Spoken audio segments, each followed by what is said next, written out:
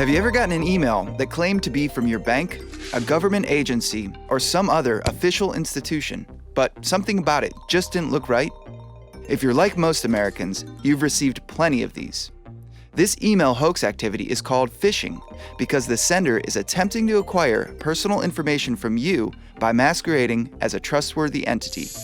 The fraudster is phishing for your valuable information. While cybercriminals can go to great lengths to make a phishing email look legitimate, there are some clues to help you spot the scam before you become a victim.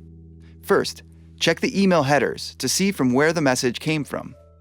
Typically, an email header begins with "from" and includes the sender's website name and web address. The "from" information should match the company or sender the email claims to be from. Next, check any embedded links in the body of the message. Usually, these links appear to be valid at first glance. But if you have any doubts at all about whether the email is legitimate, be sure not to click any links in the message. Criminals also use fraudulent domain names or website names to trick their victims into thinking a message comes from a legitimate company. Remember that the last part of the domain name must match the company's domain. For example, identity.utexas.edu is legitimate. utexas.utexis is not, although few fraudsters would give themselves away so easily. Your next step should be to read the body of the email closely.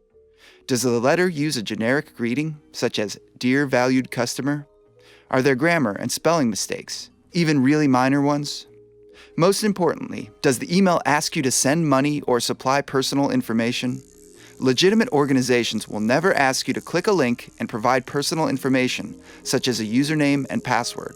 If you receive an email that asks you to download an attachment or click a link to verify information, you should be on the alert.